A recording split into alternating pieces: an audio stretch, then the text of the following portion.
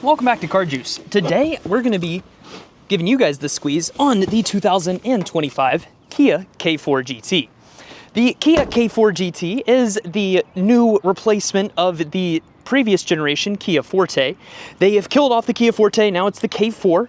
I do quite like a lot of the different improvements that Kia's been making along their entire lineup, and overall the new styling, the new logo design, and just the overall focus on reliability has hopefully started to revive this brand a little bit. I legitimately am excited about Kias. It's a $23,000 base MSRP type car. This one is a little bit more loaded up. It's about like $29,000. You get some cool features for that though. The front end of this car looks very tech forward, and this thing has some pretty amazing safety features for under 30 grand. So let's go ahead and get right into it, shall we? So under the hood, you have a 147 horsepower, 2-liter 4-cylinder. You can also option this with a more powerful 1.6-liter 4-cylinder engine that makes 190 horsepower. This one I chose to grab just because it was available. Under the hood, everything's pretty organized and tidy, and overall just looks like a brand new car. The hood is extraordinarily heavy on this thing. On the outside of the hood though, you can see that it almost looks like it has one full headlight that just kind of goes across the top here, and it kind of connects right into the LED headlights. I think that the reason that Kia has been getting so good is that they stole a lot of BMW's best people. As you guys know, this is a BMW, a luxury automotive review channel for the most part, as I work at BMW Cincinnati North, but this car is actually pretty luxurious for being under 30 grand. You've got 17-inch tires on all 4 corners, and you also have remote access keyless entry, which you can just push one button on the outside of the car and let yourself right in.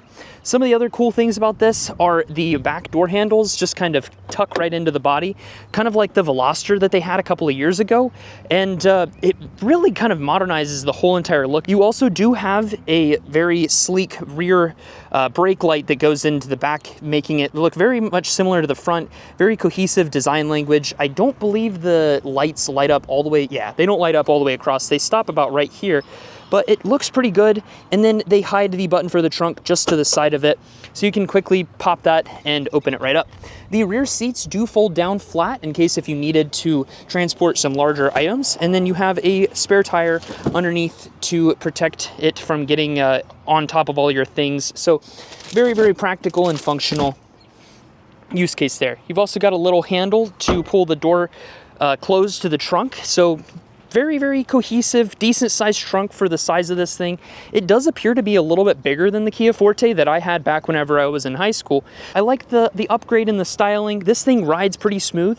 Despite the fact of it having a CVT transmission, it feels pretty snappy. You have a flat bottom steering wheel with paddle shifters, which makes this thing drive very, very well and feel very engaging despite it being a CVT. If you upgrade to the 1.6-liter turbo, however, you do get the upgraded 8-speed transmission. This car gets really great gas mileage, 33 miles per gallon combined is your average expected fuel economy, and then around town about 29, and then on the highway about 39. When you open up the door handle, this will actually automatically start pulling the seat back for you to give you a little bit of extra room. Speaking of the seating, let's try out the back seat. Sitting in the back seat, I am about 5'8", so not a ton of leg length to give you guys a comparison on, but I've got about 4 or 5 inches or so of leg room, so good amount of space in the back of the car. And then let's go up to the headroom, and I've got probably about 3 or 4 inches of headroom. The seats are all two-tone inside of the whole car, which looks very nice. And then if you go over to the door handles, you've got more kind of soft material on the doors, no cheapness. It's everything has a decent touch and feel to it. The door handles are fake metal, they're plastic, which isn't too big of a deal for this price point. You can't complain too bad. And this car does come with a lot of other good creature comforts, such as 2 USB Type-Cs in the back, and then some nice little cup holders that your kids will inevitably shove random things in and close them to never be seen again. You also have a little dome light that pops into the back. You got LEDs right there, so it looks premium. But overall, back seat, it's just like a normal back seat, and no complaints. It's pretty decently sized for the size of the vehicle. This car competes with the Honda Civic, and it also competes with the Toyota Corolla. I think that if I was going between the two of these, this would probably be my second pick after the Honda Civic. I just like the new styling on those a lot. You've also got SiriusXM, which comes with this for a 3-month subscription whenever you get the vehicle brand new. Let's go ahead and hop into the driver's seat and turn this thing on. I'll show you guys a couple of more cool features. This 12.3-inch touchscreen is very, very usable. You can hit the home button here, and once you log in under your driver profile. But yeah, wireless Apple CarPlay connectivity. You've got a wireless charger down here in the center and 2 more USB Type-Cs so you can keep your phone charged up. The start-stop button, it does have keyless push to start. You can just press one button and that will get the car turned on. The transmission selector is maybe a little bit dated compared to some of the other luxury cars. A lot of cars are going towards a like non-shift style. You have like a small little paddle shifter, and I actually am starting to prefer that. The cool thing is you do have auto hold, so this thing has a brake hold function. If you're up at a stoplight, it'll actually keep the vehicle from creeping forward automatically, which I quite like. This steering wheel is super cool. I love the two-tone design to it, and it actually does a pretty good job about showing the Kia logo there, looking pretty luxurious if I was to say so myself. And then you can activate different drive modes just by tapping that. You just have normal and sport in this thing, which is all you need.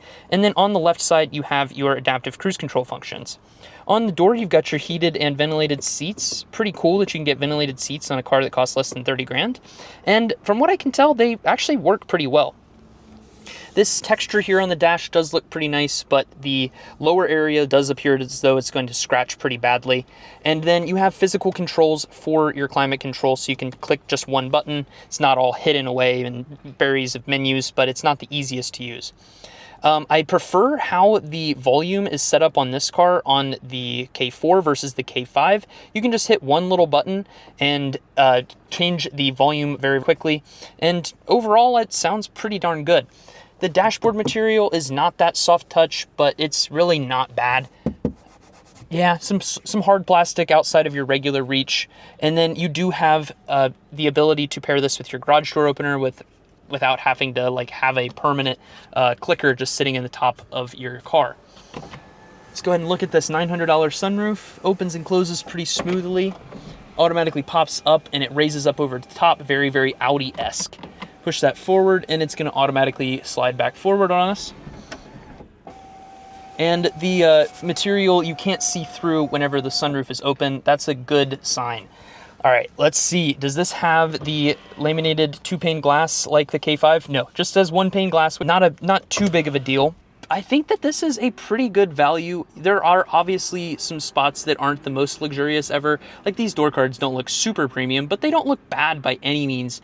And yeah, I think that you should definitely at least check one of these out if you're in the market to try to upgrade to a new car in the near term. So that concludes the little walkthrough part of the car. I'm going to go ahead and put one of you guys here on the window, and then I'm going to put another version of you guys up on the dashboard, and we're going to take this thing on a bit of a spin.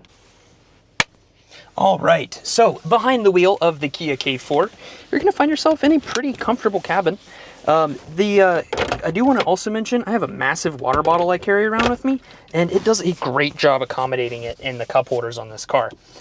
Let's go ahead and throw this thing into gear. I'm in a little bit of a weird parking spot here. Borrowed this church's parking lot so that I could borrow this car and do a quick review on it. Also, by the way, thank you to Jake Sweeney Kia for allowing me to borrow this car for a quick test drive.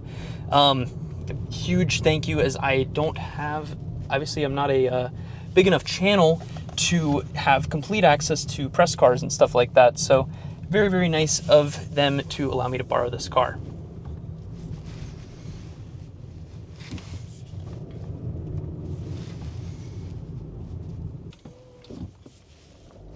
All right, so let's go ahead and get this thing out onto the road. I actually find that this thing is pretty snappy for, I think it's probably just because the car is so small, but even though it's a CVT, it gives you that very engaging drive feel. and it's not the fastest car in the world by any means. It feels like the 0 to 60 is probably somewhere in the 8 to 9 second range if I was to take a wild stab at it. But for 147 horsepower, it gets up and goes. It's not like you're just sitting around waiting on it the whole time. It does a pretty good job, and it's a relatively quiet cabin while you're out driving around. It's also nice that you do have blind spot monitoring and everything like that if you need it. It's a pretty safe car, I would say, overall. I just noticed the headrests are great for being able to look over your shoulder to see if there's cars coming down the pike. Put that on the seatbelt there.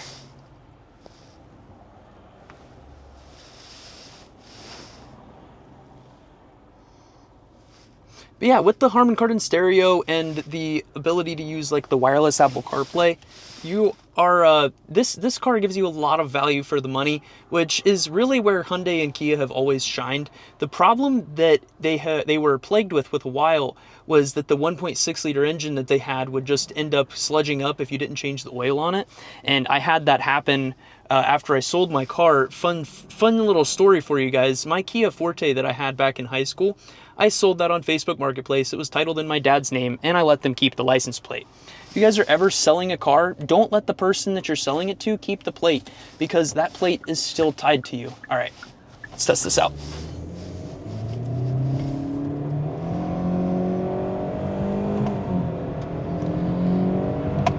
Going downhill, yeah, this thing is every bit of a like 9 or 10 seconds 0 to 60. It's not a quick car, but the adaptive cruise control, the lane keep assist, the active stop and go is pretty nice. Plus, you know, you have access to remote engine start and just some overall pretty decent features. They kind of mimic an 8-speed transmission in this thing, so it's pretty quick. It's a CVT whenever you're downshifting, but it's the access to the paddle shifters, the focus on quality materials whenever you are touching items makes this thing feel a lot more premium. And as little as it is, it lets it actually feel pretty sporty and handle pretty well overall. The car is styled very well, and you've got LED headlights and a decent sound system, so it wouldn't be a terrible car for a road trip, especially with as good as the fuel economy is. Let's see. It's nice. The only thing that you can really complain about is just stuff that you would expect on a car that's in this price point. The dashboard material is a little bit rubbery, but overall it corners well, it responds well. It's a light vehicle, so it just makes it easy to drive from a day-to-day perspective. Plus, I like that the steering wheel's flat bottom, as it lets it kind of flow between your hands pretty well. And like around town or on like quick little small streets, as long as you're not merging onto the highway, I feel like this thing is quick enough. You don't have adaptive like rain sensing windshield wipers or anything, but you do have, automatic headlights, so they'll kick up automatically whenever you're driving around at night. So yeah, overall, I think the K4 is a pretty great little car. And yeah, if you guys are looking into it, I would highly suggest at least test driving one before you ruled Kia completely out of the question whenever you're looking for your next car. But yeah, guys, I really appreciate you watching to the end of the video. If you liked it, please leave a like on the video, and yeah, let me know what you guys think about the Kia, and let me know what you guys want me to review next. The backup camera is pretty high quality, I will say as well. Catch you guys in the next one. Deuces.